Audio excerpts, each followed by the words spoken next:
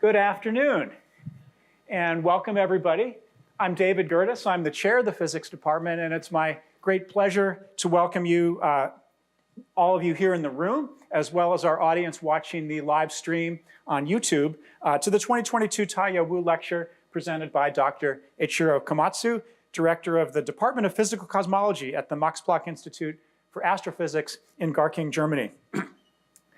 I want to extend a special welcome to our friends and supporters from outside the physics department, including our Saturday morning physics friends who have joined us here today. I'm especially grateful for those of you who have supported the department financially. And if you'd like to do that today, there's a little QR code inside your program where you can give us whatever you would like. So I also want to say that there is much more to the Taiyo Wu lecture than just this lecture. It takes really a great deal of planning and effort behind the scenes, starting almost a year in advance to plan this 3-day visit that consists of meetings with faculty and with student groups and lunches and dinners. And so in that respect, I want to extend a special thank you to Carol Raybuck there in the back, as well as Holly Wanty in the chair's office for all the work that they've done to make this event a success. And thank you for your stamina for doing the whole three-day visit. So this lecture series was endowed by Dr. Taiyo Wu's friends and admirers to honor his remarkable life and legacy as a scientist, a teacher, and a national leader. This year marks the 30th anniversary of the Taiyo Wu Lectures, which began in 1992 with a lecture by the Nobel laureate C.N. Yang, who was a student of Dr. Wu. Indeed, Taiyo Wu's most enduring legacy may be the generations of students that he influenced, both directly as a teacher and a mentor, and indirectly through his highly influential textbooks and as a shaper of national science policy. Dr. Wu was born in China in 1907 and earned his PhD from the University of Michigan in 1933. His early work predicted the chemical properties of transuranic elements like plutonium before they were discovered. Over the course of the next 6 decades, Dr. Wu carried out his research in Canada, the US, and in Taiwan. In Canada, he led the Theoretical Physics Division of the National Research Council. He returned to Taiwan in the early 1960s and served as president of the Academica Sinica, the equivalent of our National Academy of Sciences, from 1983 to 1994. He continued lecturing and teaching into his 90s. His legacy as a teacher endures today through events like this. And now I'd like to welcome my colleague, Professor Dragan Hudera, to the stage to introduce this year's Taiyo Wu Distinguished Speaker. Thank you.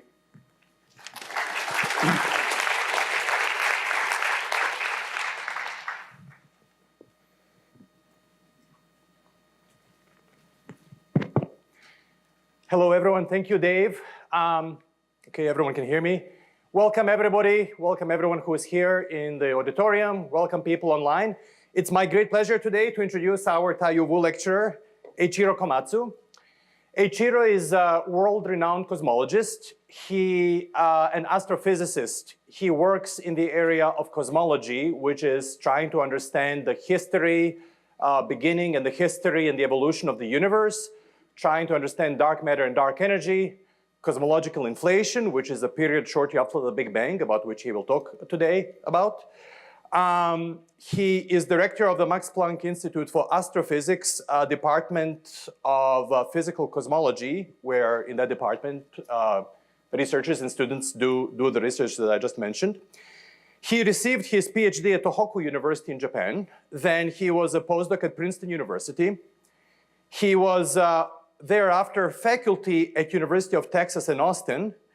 After that, he moved to his present position at the MPA. And he tells me that his move from Texas, Austin to Munich was purely due to weather considerations, that he and his family thought that the weather was more pleasant in Germany. So he's at MPA now, where he's a director. He's also honorary professor at Ludwig Maximilians Universität, which is university in Munich, as well as a senior fellow at Kavli IPMU, which is a research institution in Japan. Eiichiro, for his work, I'm going to say a few more words about his work. He won a number of prizes and awards. I will only mention a couple. He won the 2012 Gruber Cosmology Prize, as well as 2017 Breakthrough Prize in Fundamental Physics. And both of them, he and the WMAP team, on which he played an important role, got for their measurement and investigation of cosmic microwave background, which is radiation left over from the Big Bang, about which he will talk about today. Now, one thing that I want to mention, Eiichiro, a few more things that are not his degrees and awards, and it more corresponds to something in basketball. This is what we call the mid-range game, you know, kind of the in-between thing that links different corners. And I think there are a few really interesting and relevant things to mention in that regard. One of them is that his research is extremely broad. So within cosmology, people typically specialize in one or two things to study. But he studies the distribution of galaxies in order to understand the universe, largely structure, the cosmic microwave background. He studies astroparticle physics, which is high energy particles coming from the cosmos in order to understand fundamental processes in the universe. He compares theory to data, so he analyzes data. He also writes theoretical papers with just pure pencil and paper to work out theoretical predictions of models. So he's very broad. I know a lot of people, including me, are quite inspired to see the breadth of his research, and that's played a part in my own attempts to broaden my own research portfolio, as well as of other people that I know. In addition, he is also extremely enthusiastic about research in general, and this infectious enthusiasm really brings up people around him to do the same. Another thing is that he put in significant effort toward making a more diverse workplace. And if you know, at the Max Planck Institute for Astrophysics, which is a major institution for astrophysics research worldwide, it looks different today than it did 10 or 15 years ago. There's more diversity across gender, ethnic lines. And a lot of it is in large part due to Eiichiro's efforts. So there he played, that's what perhaps the most visible change that he's made is to make a more diverse workplace. Relatedly, he has great interest in supporting and mentoring young students. And if you had a chance to meet with him over the past few days, you would have seen that he has a whole vision of how to support young people, how to help them develop their skills, to become better researchers, to obtain both technical skills and social skills in order to succeed in academia and beyond. And that goes beyond just simple mentoring and working with students. So he's particularly well known for that. And that's another thing where I and others have been inspired to see him really very successful in that area. Finally, last and perhaps not least, he has other areas of interest that are not just academic. And one of them is beer. He's expert in beer. If you go to his website, you will see a lot of computer codes and this kind of thing. You'll also see very precise information of where to go and where not to go to have good beer in the city of Munich. So also important to know. So with all that, Eiichiro, the stage is yours.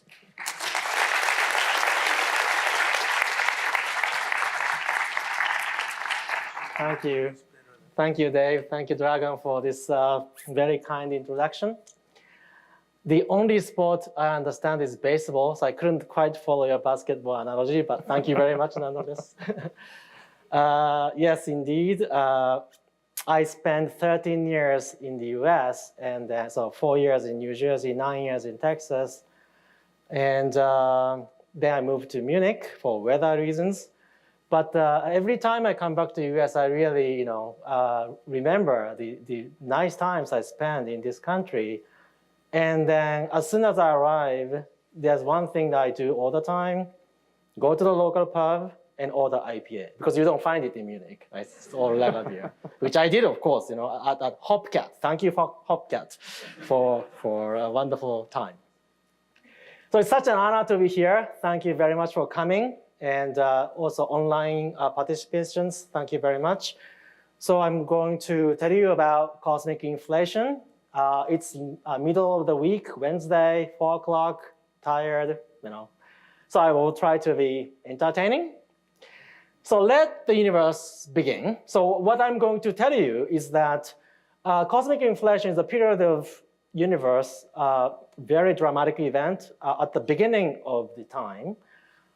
So very, very theoretical idea for a long time, but now we finally have observational data to test this hypothesis. So that's what's changing now, okay? So if you are thinking that I'm going to just tell you about fantasy, right?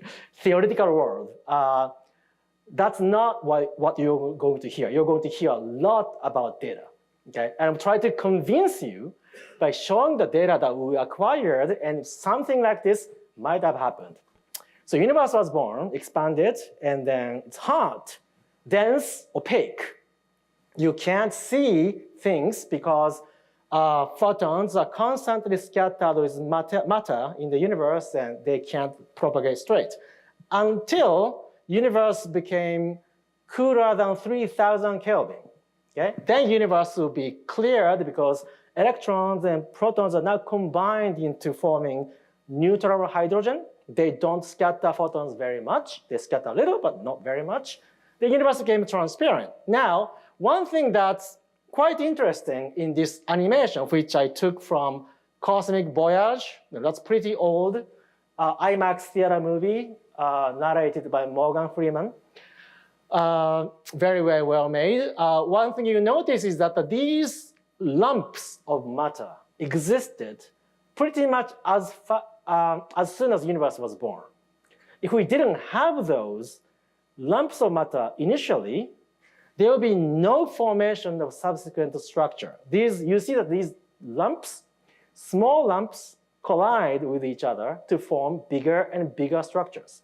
They eventually grow so big that they can host galaxies like Milky Way, in which solar system will be formed, then planets are formed, Earth will be born, civilization emerges.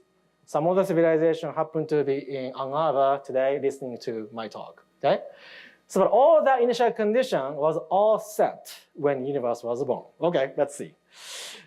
So, now you saw this bright light at the beginning of the universe. Where did they go? Where are they now? The thing is, they didn't go anywhere. They are still with us. So this is the night sky in visible wavelengths you can see by eyes. But if you have a proper detector that can detect photons in microwave frequencies, almost like a radio waves, 1 centimeter, 1 millimeter wavelength, then you see this. Just skies filled with light coming from the fireable universe. Then this temperature of the light, which I'll tell you how we measure it, is 2.7 Kelvin, very, very cold. And this is called cosmic microwave background because this 1 millimeter wavelength is a microwave. And this background, because this light came from really in the past, very far away, so it's background of everything else we see, okay? Background of Andromeda, background of all the galaxies, and so on. And we can count how many photons are there today, okay? 1 sugar cube, 410 photons inside of it. Oh, okay, that's pretty, significant number of particles. So it's everywhere, okay? So every day you go outside and look up the sky and you think that you are immersed in light from the Big Bang. I mean, these photons are pouring down upon you all the time. It's everywhere with us. But, so Dragon kindly said that I'm a very enthusiastic person. I just talk too much, talk loud. And my mother always said I was born from her mouth. And my school teacher said, whenever I'm silent, I'm sleeping. So, but it's very difficult to communicate this. So I love the subject. I love the universe. I love cosmic macro background, everything, right? I love beers. So, but it's very hard to communicate this enthusiasm because researchers discover new things, but they are terrible at communicating. And then I was very struggling, okay? How can I communicate my passion, my love? I decided to seek help from the expert, professional communicators. In this case, movie director. Mr. Kosaka is the movie director specialized in full dome planetarium movies. So we created this horizon beyond the edge of the visible universe, this planetarium movie. It's been shown in a number of planetarium in Japan, as well as in Montreal, Hong Kong. So it's getting worldwide things. Then world first planetarium movie on the CMB. So let's see if we succeed in really delivering explaining the complicated concept. Because once you see the visual, like a movie, hopefully it will help you understand what's going on. So let's begin. The cosmic background radiation was predicted as a consequence of the expansion of the universe. The beginning of the universe was like a dense ball of fire. Everything was immersed in light. It was just like the center of the sun. Like a fog, where light couldn't travel straight. However, when the universe cooled down due to expansion, the fog cleared and light could travel farther. Shouldn't this light reach the Earth today? This light gives us the oldest picture of the universe that we can ever see directly.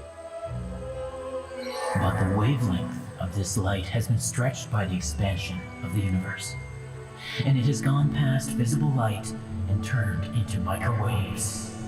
Microwaves that come from every direction at once. That's the evidence for the expansion of the universe. So this turns out to be very effective. I can speak for hours, but I'll never be able to communicate this concept more clearly than this one. All the humans here are real humans, but all the backgrounds are computer graphics, and music is all original. So it's very nice. So indeed, universe expands, and then wavelengths of the light is stretched. So when you see bright light at the beginning of the universe, their light can be seen by visible eyes, but then due to the expansion, wavelengths get stretched. Now it's in microwave.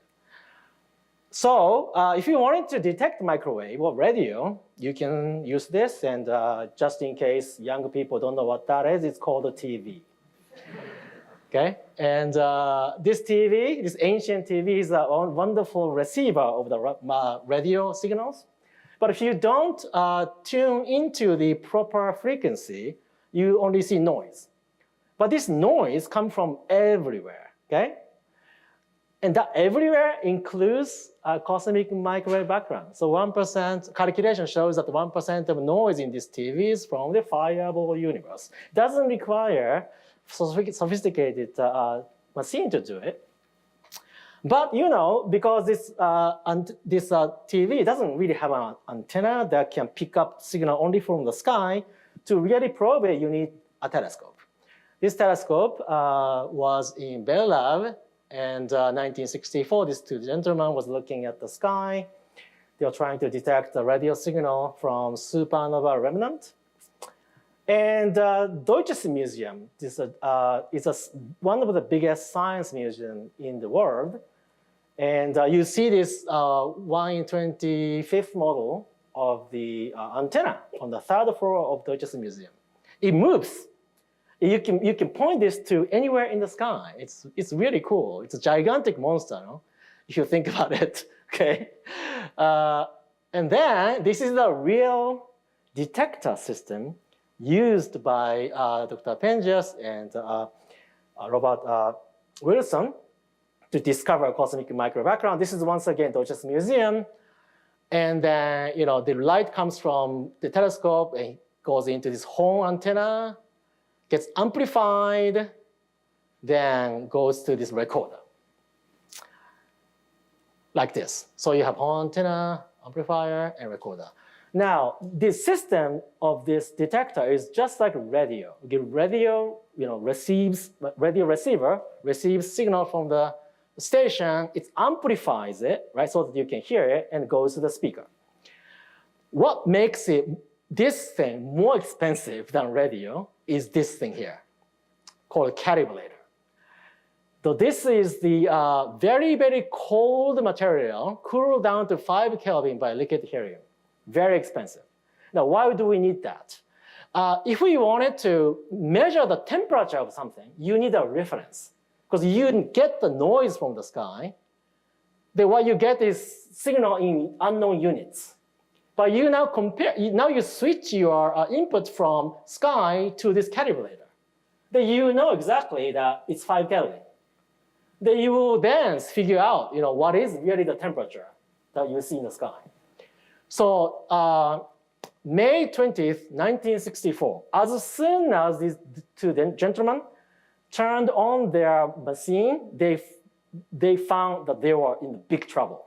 Okay, so let me try to explain. Time flows from bottom to up. Intensity of light goes from left to right. So you see, a bunch of these lines. So here, look, okay, this is most left, which means coldest. This is when they're looking at calibulator. It's 5 Kelvin. And when you look at the sky, for example, here, it's elevation 90 degrees, so that's like zenith. It's higher than 5 Kelvin. But it shouldn't be, because people knew that the brightness of the sky at the wavelengths that they're looking at is not brighter than 5 Kelvin. It's actually colder. In fact, they knew that it has to be 2.3 Kelvin, okay? Not 6.7. That's 6.7. Then antenna itself radiates, okay? Any materials with finite temperature radiate. So this antenna itself emits 0.8 Kelvin of light. Everything else they thought would be below 0.1 Kelvin. Now use subtraction, measured, sky, antenna, everything else, 3.5 Kelvin. That is left as unknown. And they were scratching their head. They don't really know what's going on. But the one thing, for physics students, I want to tell you something. Okay, this is a beautiful experiment that's completely dominated by so-called systematics. If you look at the jitter, this measurement is beautiful, right? There's not much noise in the measurement. This 6.7 Kelvin is measured super precisely, okay? But your knowledge of every other term is so imprecise that the end result is only plus minus 1.0 Kelvin, okay? So systematics is the key. And the reason that they were able to discover this, it turns out that this signal is coming from the fireball universe. Reason that these two gentlemen could do this measurement was because they are so careful. You could have just given up and say, I don't understand this, I just put this under the rug, okay? But they didn't do it. They really persisted. So that's a very nice thing. That shows that they are very good physicists. Now, how do we, hold on. Yes, yeah, okay. So how do we measure the temperature of this thing? So Penzias and Wilson measured their signal at one frequency, wavelengths, but that doesn't really tell you that it comes from the fireball universe. To prove that this comes from the fireball universe, you have to show that the spectrum, namely the brightness of the light, as a function of wavelengths, follows something you expect from the fireball universe. So when you try to make steel, yeah, you put the ingredient of the steel into the very hot thing, 1500 degrees or so, 2000 degrees, 1500 degrees. Then it's a fireball. And if you look at the spectrum of the fireball, it looks like that. Yeah. Now you measure this thing and then plot the data points. They lie on top of this beautiful Planck curve. And all the quantities are known. So these are fundamental constant, fundamental constant, fundamental constant. The only one variable that you don't know is temperature. So if you look at these curves, this magenta curve is 4 Kelvin, yellow is 2 Kelvin, but green is 2.725 Kelvin, it just fit perfectly. So this means that, because today's universe is not in fireball state, this means that the universe in the past was in a fireball state. So this just shows you that, the data just show you. When people say, we had a Big Bang in the past, the statement is based upon these amazing data sets.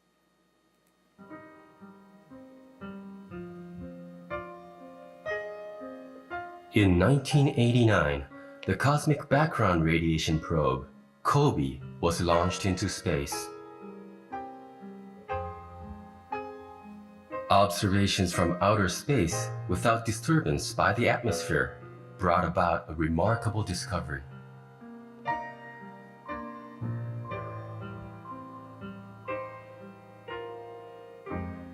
The spectrum of the cosmic background radiation matched the theoretical expectation of the Planck distribution.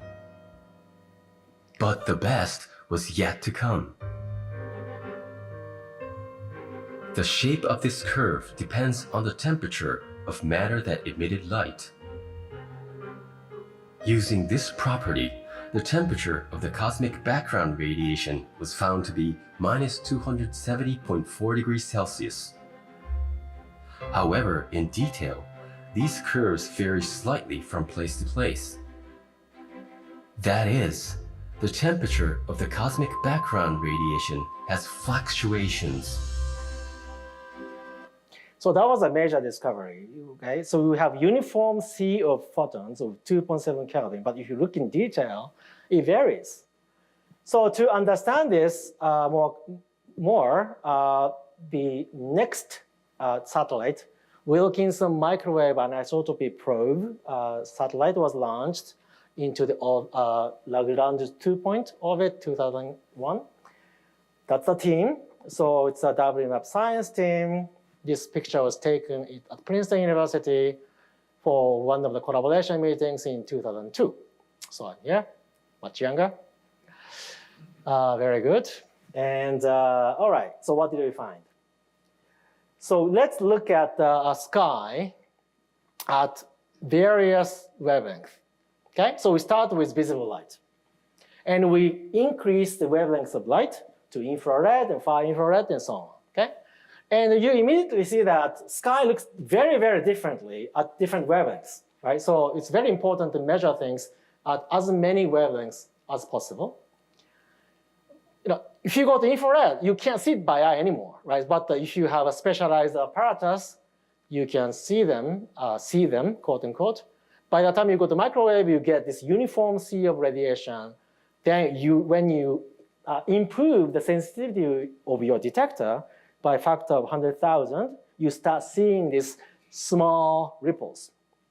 These are fluctuations that existed at the beginning of the universe. Remember, in animation I showed, it was very important that lumps of matter existed at the beginning of the time.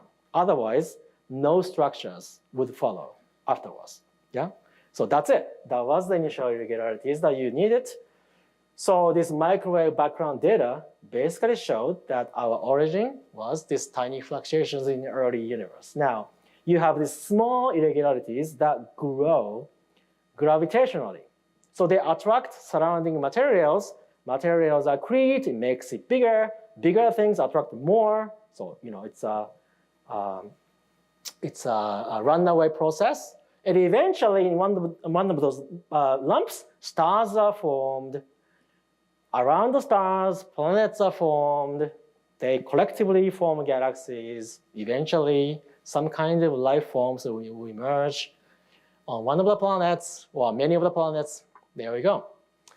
So that's our origin. Okay? So observations of the CMB and interpretation taught us that all structures in the universe originated from tiny fluctuations in the universe.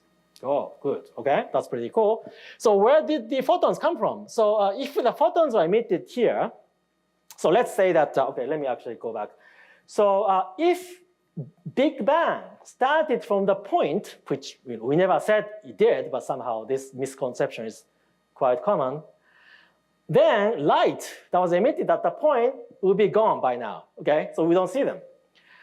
So it's important to realize that light was emitted everywhere, okay? Big Bang happened everywhere.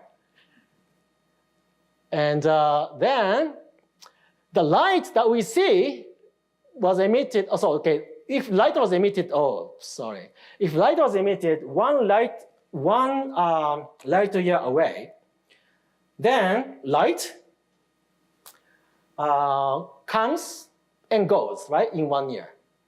So let's see, somewhere here, one light year away comes and goes. So that's not the light we see. That light wasn't emitted 1 light year away.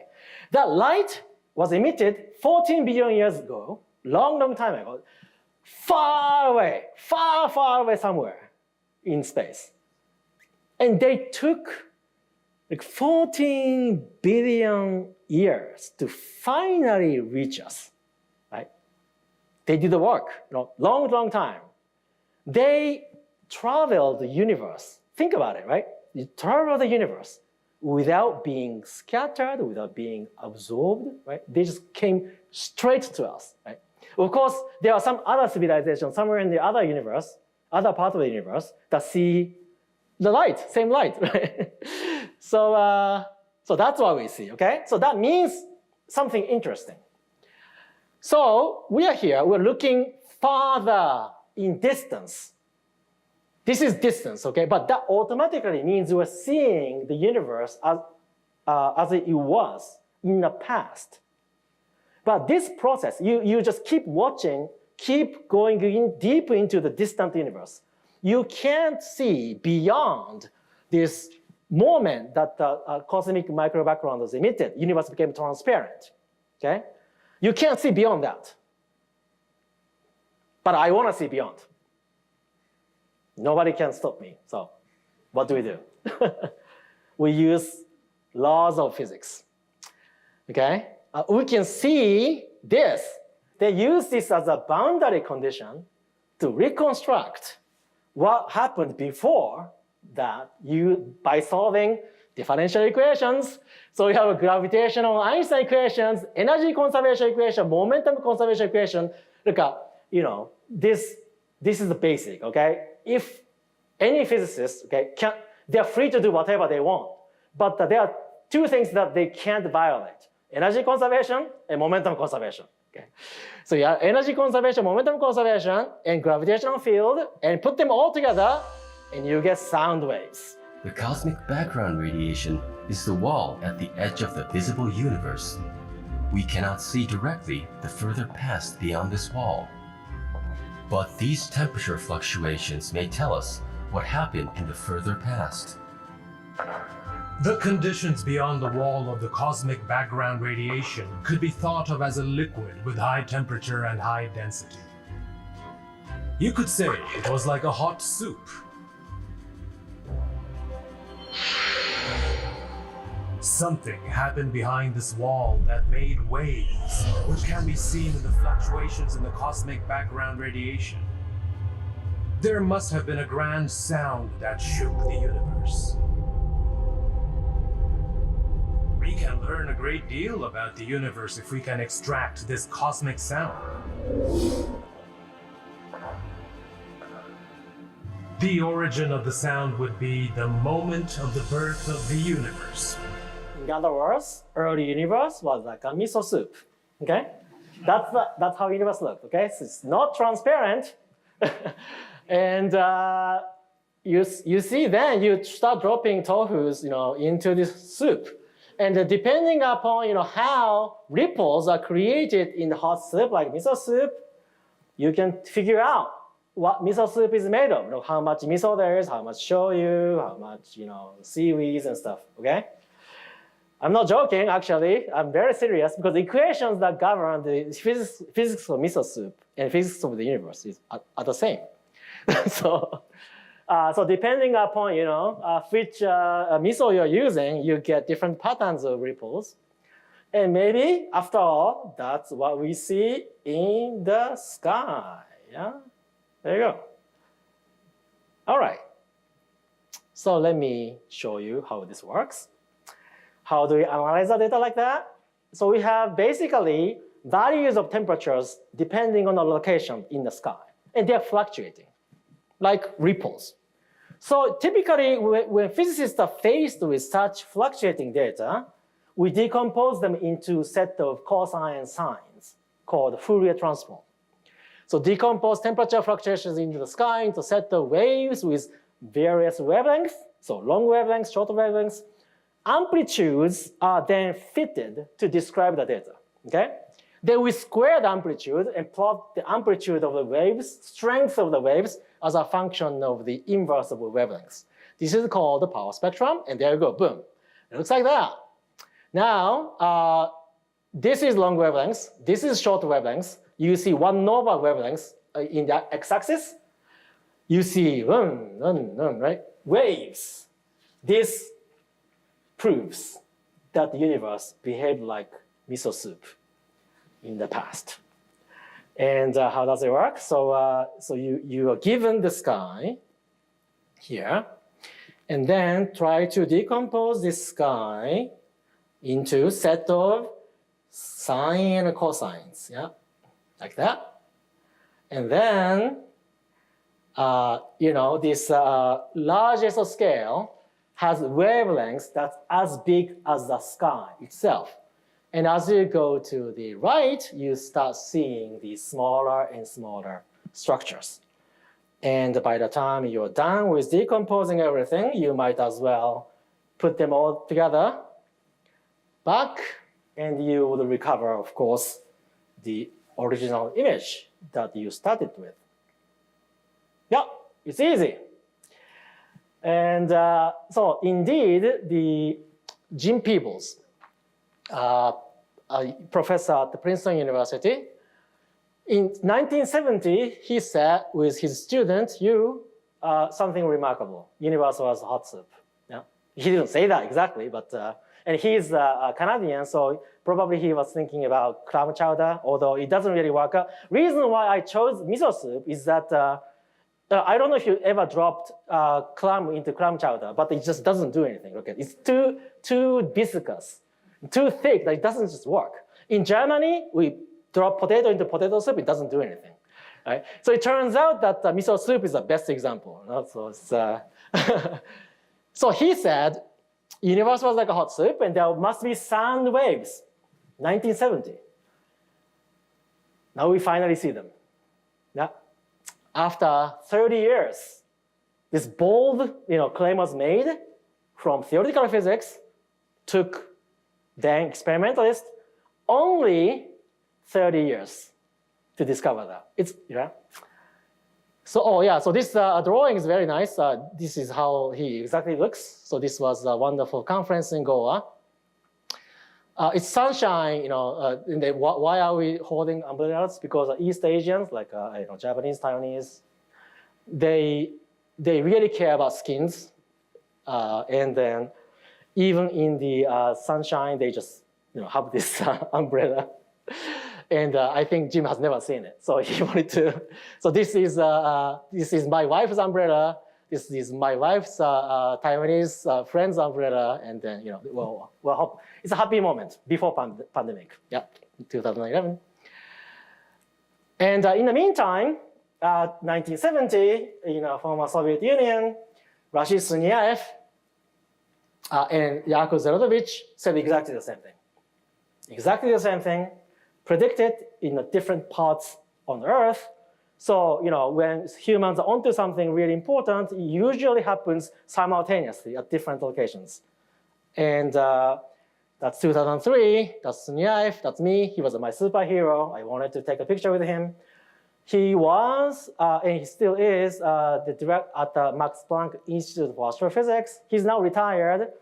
And he was a director of the institute. And then, if I will tell him that you will be his colleague, much later, he will probably just faint. Okay, so life is very interesting. We can use computer calculation to recreate the state of the universe this sound traveled through. The universe at this time was dense and behaved like liquid, such as a soup.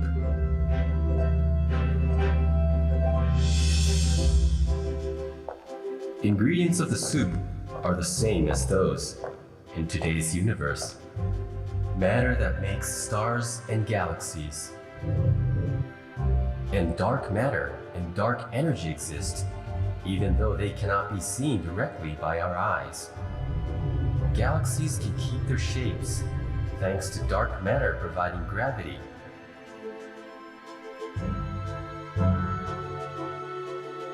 It's thought that the universe's expansion is gradually speeding up due to some dark energy pushing space apart. These are the three main ingredients of the soup.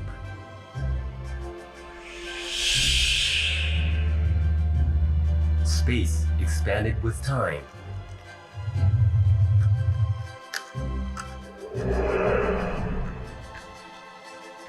Let's give some impact to the beginning of this model. Great. I have a pattern for the cosmic background radiation.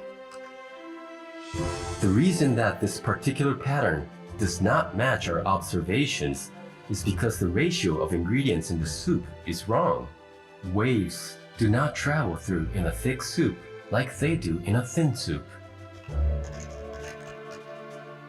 I'll use the power spectrum to make the patterns match. I have to adjust the ingredients to make my calculation agree with the data.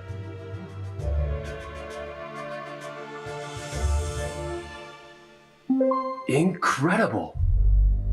The visible part of the universe, like stars and galaxies, makes only 5%. The universe is dominated by invisible components. That's right. That's very interesting, but that's not the subject of today's lecture. Today's lecture is about, let's give some impact to the beginning of this model. Who gave the initial impact? How? Okay? What gave the initial fluctuation to the cosmic hot soup? Some impact was made at the beginning, created the sound waves. If there was no impact, no sound waves, right? What happened there? A leading idea is nobody gave an impact. Impact emerged quantum mechanically from the vacuum. All right? What's going on? Because quantum fluctuations are microscopic scale phenomena. In this room, there are quantum fluctuations on the small scales. But formation of galaxies is a very, very big scale. What's the missing link between them? What connected small and large? That's where cosmic inflation comes in. So when you combine gravity and quantum, that explains the origin of all structures we see in the universe. Cosmic inflation is an exponential expansion of space. And in the very, very early universe, some quantum fluctuations are occurring on a very small scale that's then stretched enormously by exponential expansion of space to macroscopic scales. That's the origin of everything we see in the universe, including yourself. What? How can we believe such a statement? And luckily, we're doing science. We don't have to believe in anything. We just measure them and test the hypothesis. Only the data will decide. So, cosmic inflation. Due to expansion of space, distance between 2 points is stretched in proportion to some quantity called A. When space doubles, A is 2. Tripled, 3. Then we define called Hubble expansion rate. That's A, so derivative of A over A. So this has the unit of 1 over time. In other words, if you integrate, A is exponential of h over t, and if h is constant, A is exponential. So this inflation requires this h quantity to be roughly constant. But inflation has to end, so h is decreasing with time. That's the prediction of inflation. Let's test it. Okay? Then we need quantum mechanics. Quantum mechanics then just gives you fluctuations from the vacuum. and strength of that fluctuation is proportional to this h quantity.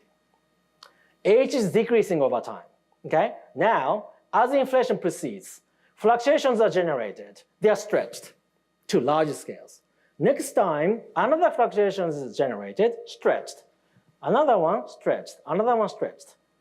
But because the earlier the fluctuations, they're stretched longer. So they will then subtend the longer wavelengths in the sky. In other words, if you see longer wavelength fluctuations in the sky, that must have been generated earlier during inflation. And because H has to decrease over time, inflation predicts that longer wavelength fluctuations should be higher, stronger than the shorter wavelength fluctuations. That's the prediction.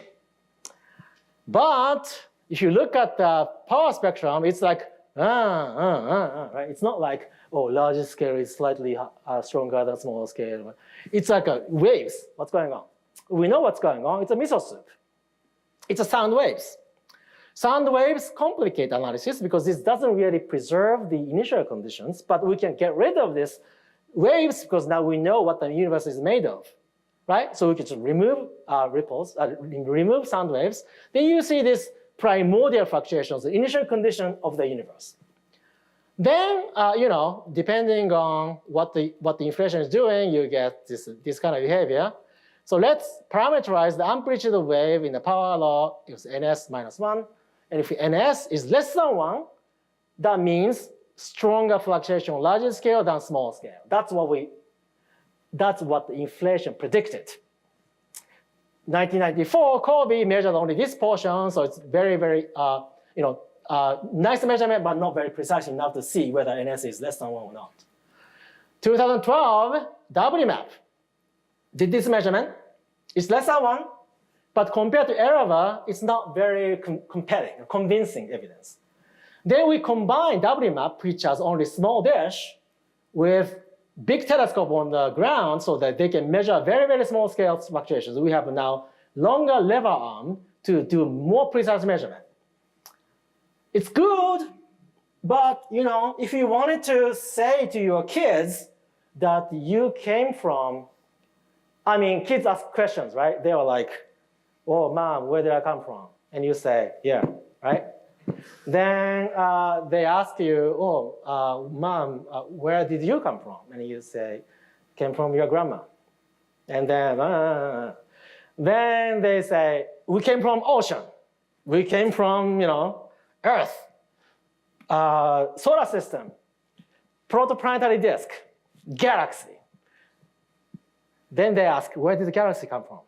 You say, just go to bed. It's none of your business. Okay. But now you can say it's a quantum fluctuation, right, from the early universe. But if you wanted to say that to your kids, you better be sure that your measurement is precise, right? So when we then combine these data sets with distribution of galaxies, some other data sets, we finally got this so-called 5 sigma discovery of ns less than 1. So hallelujah, 2012, very exciting moment. But because we are combining different data sets, we are a little bit worried that maybe we're fooled by some unknown systematics, right? Then, subsequent year, the European Space Agency published the first result from another satellite called Planck, right? So that was the 3rd generation cosmic microwave background satellite, and they measured really beautiful results coming only from the cosmic microwave background data. Then the same answer as we got. So that's the whole, good, okay. So we actually did something correctly. When 2 independent data sets give you the same answer, that's a good indication. Yeah? All right, now something else.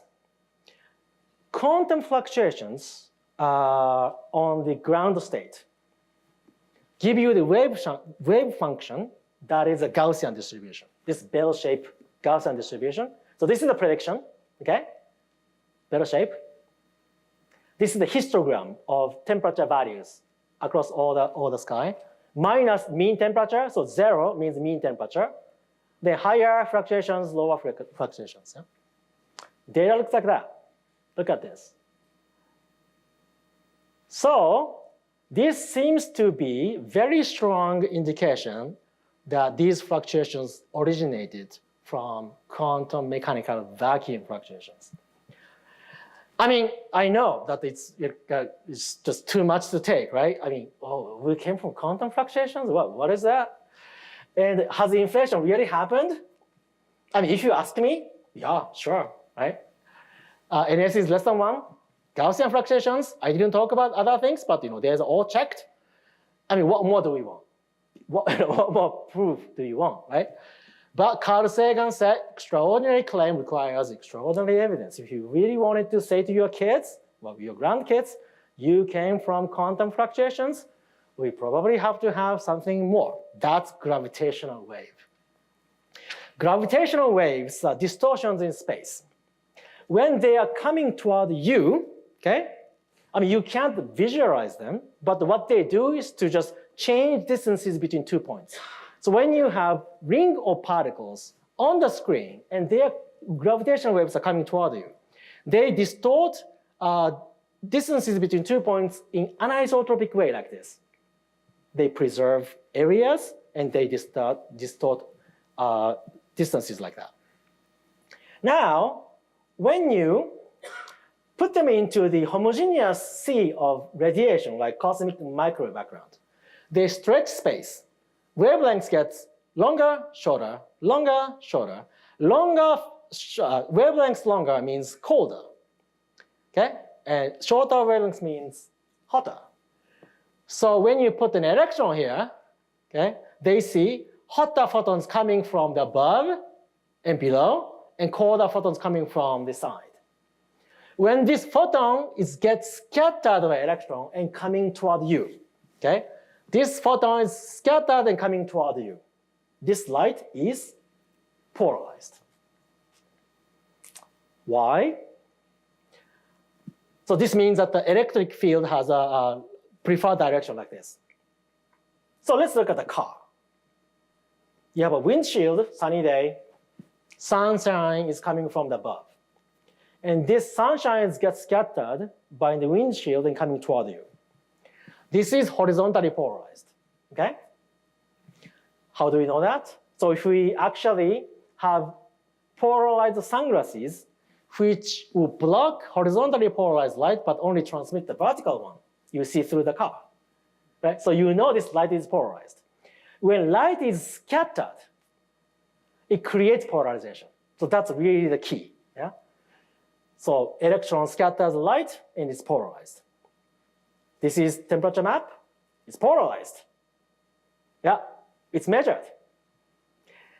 And then you can decompose this polarization pattern into 2 sets of patterns. One is like, so when you have this hot, cold, hot, cold, hot, cold, this creates a wave, right? And compared to the wave is the polarization direction parallel to a perpendicular 45-degree tilted. So this is the direction of the wave and then parallel to a perpendicular to that or 45-degree tilted. Now, why is this important? Seems like a technical thing. So this is important because when you flip the spatial coordinates, this B mode changes the sign, but E mode doesn't. So this is telling you something about the parity symmetry in the universe. So you can use this to probe something that violates parity and something that doesn't. Okay? And it turns out that the sound waves don't generate B. They only generate E, whereas gravitational waves generate both E and B. So this is, you saw this temperature anisotropy. Now we measure E mode polarization really precisely. This is coming from sound waves. And this B mode coming from gravitational lensing of this, and this also measured, and this is the B mode coming from gravitational waves, okay, from the early universe. That's yet to be measured. But I just wanted to say something, okay? So Sound waves are predicted in 1970, and this was finally discovered in 2000, 30 years. Since then, measurements improved 7 orders of magnitude in another 20 years, only 20 years, okay? And this really shows that once people are convinced that there's something out there worth measuring, they'll measure it, okay? So, I mean, it takes a long time, it seems like, but it's only, 30 years or 20 years. It's short, and you get this, okay? So, I mean, science takes time, but it's worth it. Yeah. So let's try to find gravitational wave, and we have this convenient quantity called tensor to scalar ratio R, and the current, we only have an upper bound because we haven't found anything. So this is, our achievement, and then we have tensor to scalar ratio on the y-axis, ns, x-axis, ns is less than 1, that's very good, but we don't have detection of gravitational wave yet, 2013, 2015, right? So blue, look at blue. Blue gets smaller, smaller, smaller. We haven't found it yet. It's a painful process, but we want to find it, okay? So what comes next? We are doing these measurements. This requires many, many microwave sensors. When I was going into this area of research, we had the microwave sensor camera that has 7 pixels. That was state of the art. Since then, people are convinced that this is a really good thing to do. So there's a Moore's law, almost like a reduction of error, noise, as a function of the year. It's an exponential reduction in the sensitivity. And now we're talking about having camera with hundreds of thousands of pixels. And you know what? You never need this for any other applications. This technical breakthrough innovation was made just for the science of cosmic micro background, right? So now, sometimes people ask me, what is your science good for? And my answer is, I don't know, but I have this amazing machine, okay? We didn't build it for some daily applications, but it's a society's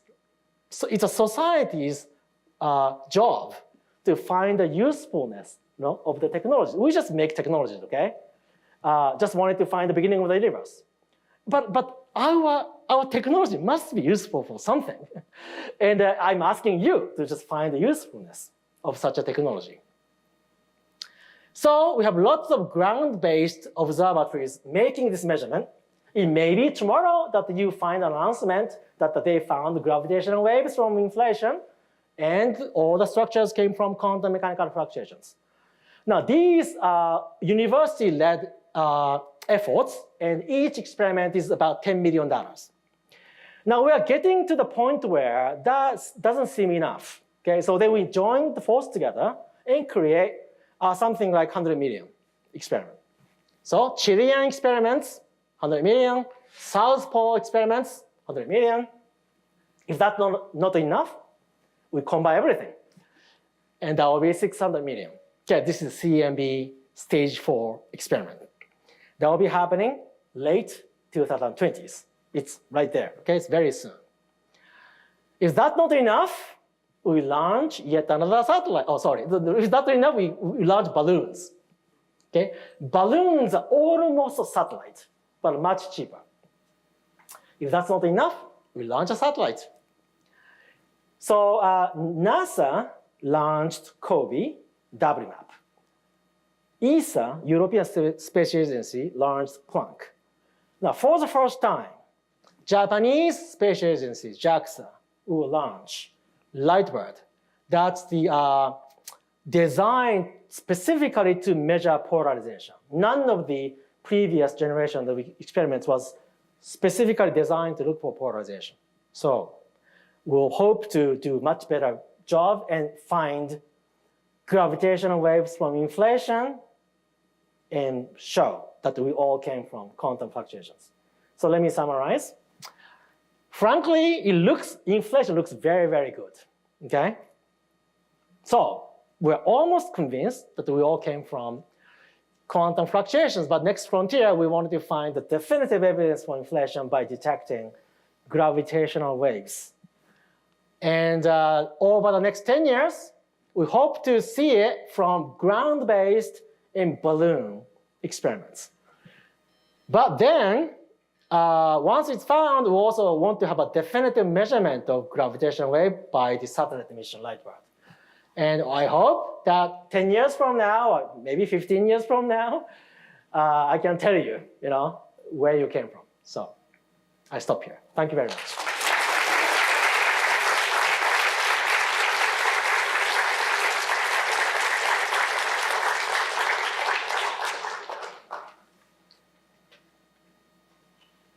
Okay, thank you, Eiichiro, for that great talk. That was terrific.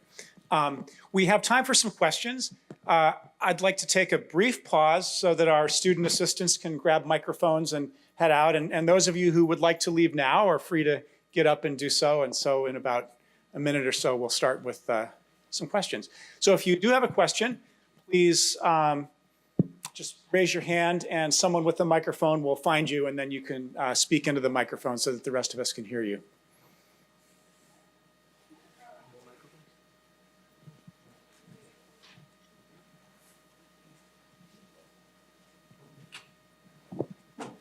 Hello, Professor. My name is Chungwei, and thank you for the really interesting topic. So I got one question when you talk about that the photons we see come from really far away. Mm-hmm. So I'm just wondering, is it related to anything like the information theory about the hologram principle? Oh, okay. So holographic principle tells you that in order to gain information of something inside of the volume, you don't have to know everything about the space inside, but only the surface, right? So all the information about what's inside is encoded in the surface. No, this doesn't really relate to that. If possible, we would have loved to see photons coming from everywhere. Right?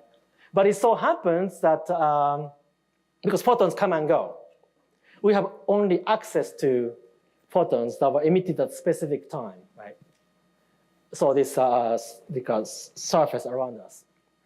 If we waited more, we see more photons coming from more distant place, right? So then we can scan the volume. So yeah, but this isn't really related. In fact, if this was related to holographic principle, that's it, right? That's all we can learn because everything is contained in the surface. But that's not the case. Yeah. Mm-hmm.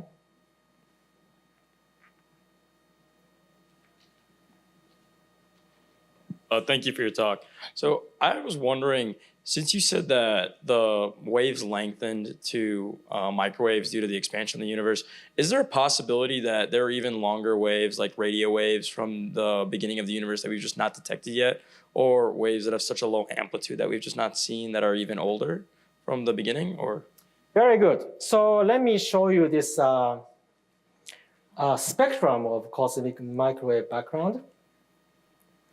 So when the photons were at a specific temperature, you might think that light is emitted at a specific wavelength that corresponds to the temperature. That's not the case. It's emitted everywhere.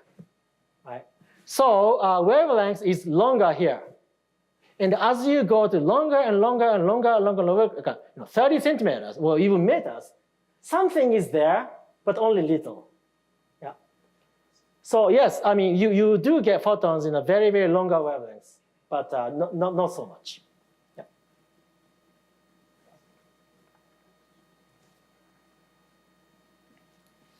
Professor Komatsu, I have a question about the force that drives inflation. How is it different than force that drives the normal expansion of universe? And why inflation is so rapid than a normal expansion? Yeah.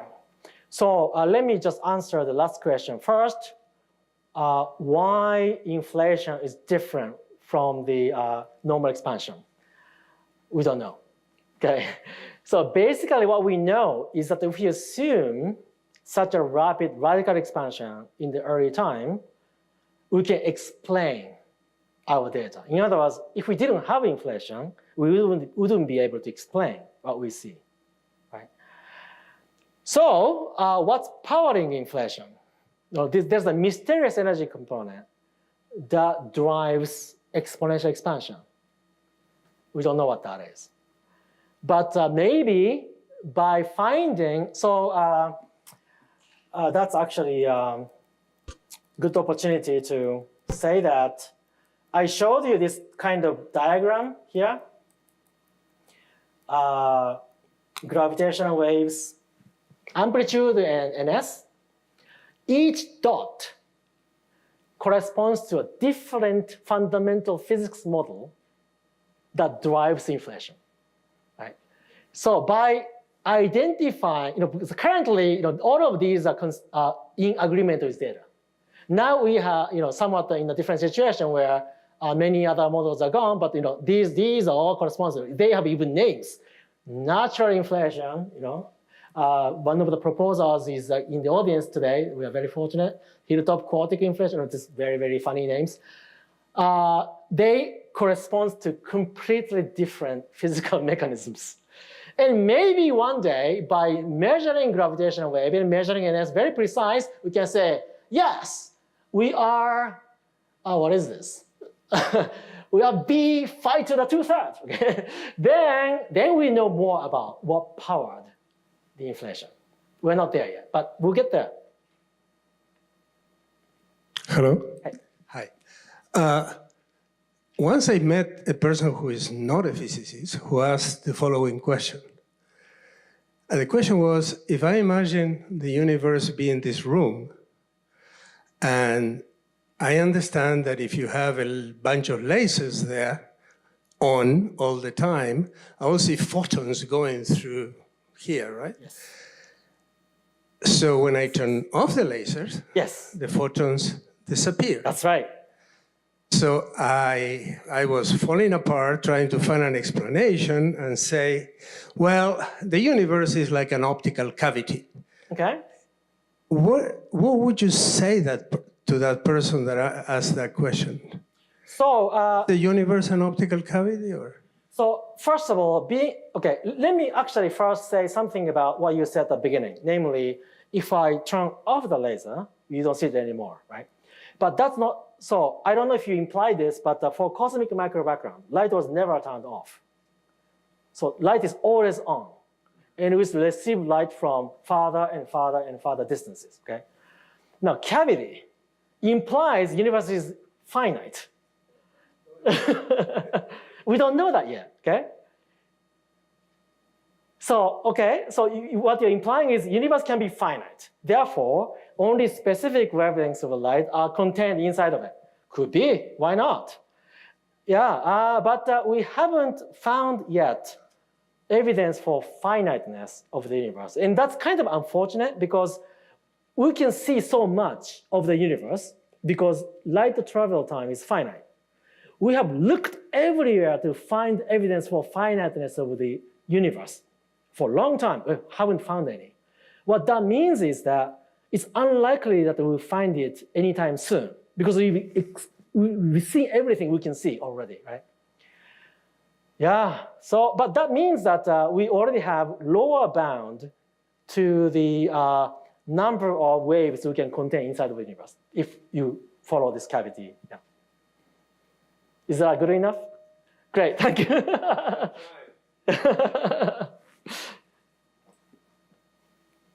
Professor, I got one question. I'm confused by the term sound waves. Yes? So what do you exactly mean by sound waves? Thank you very much. So that's a physicist jargon.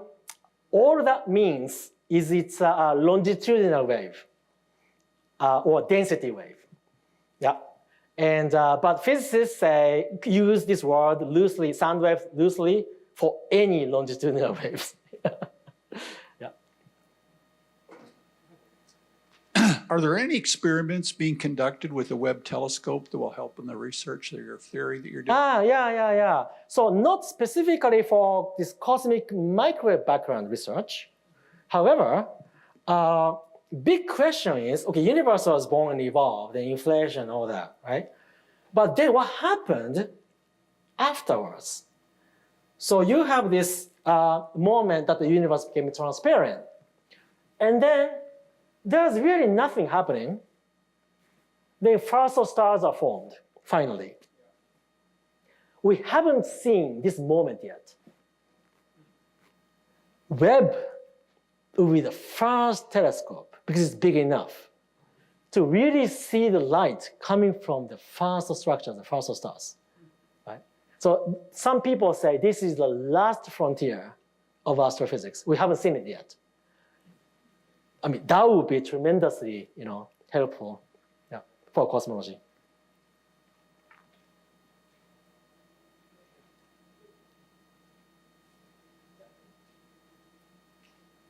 On?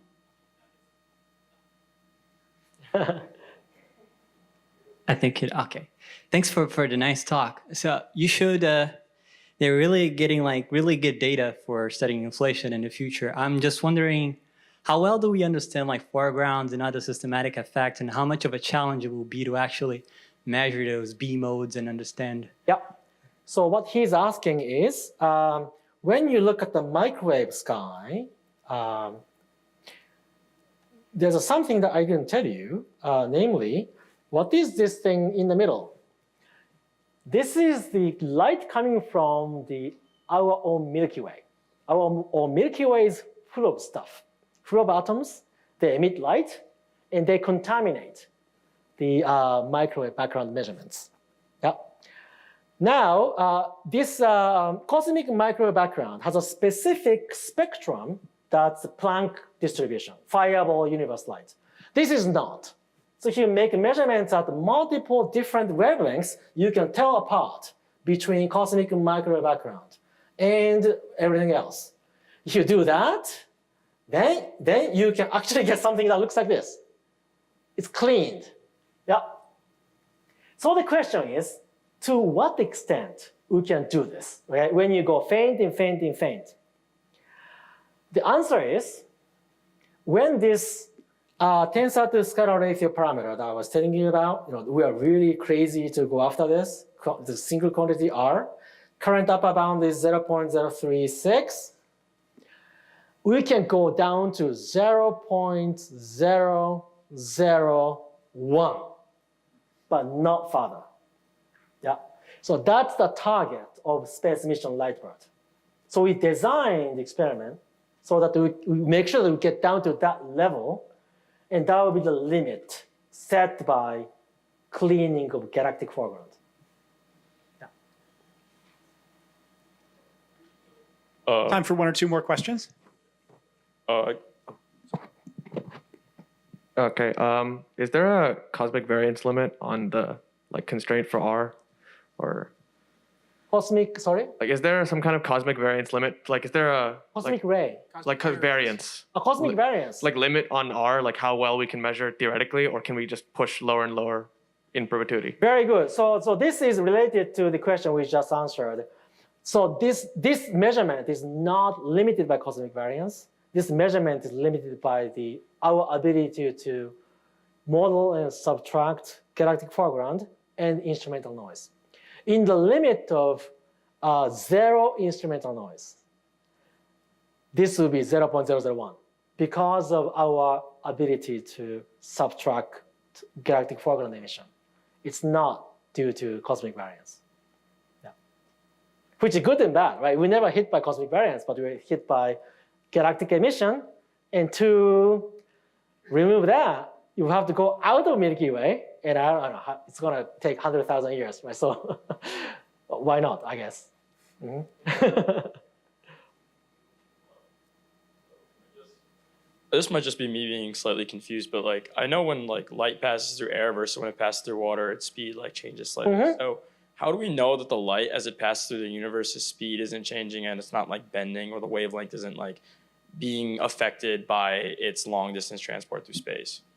Very good. So in fact, they are bent.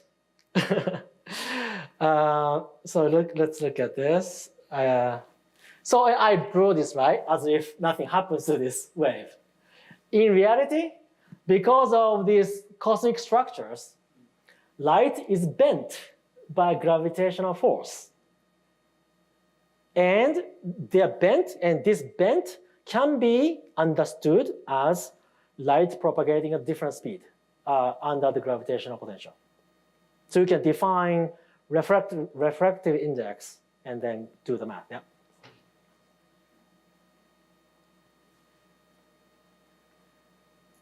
Thank you again. That was a wonderful lecture and discussion. Let's thank our speaker very much.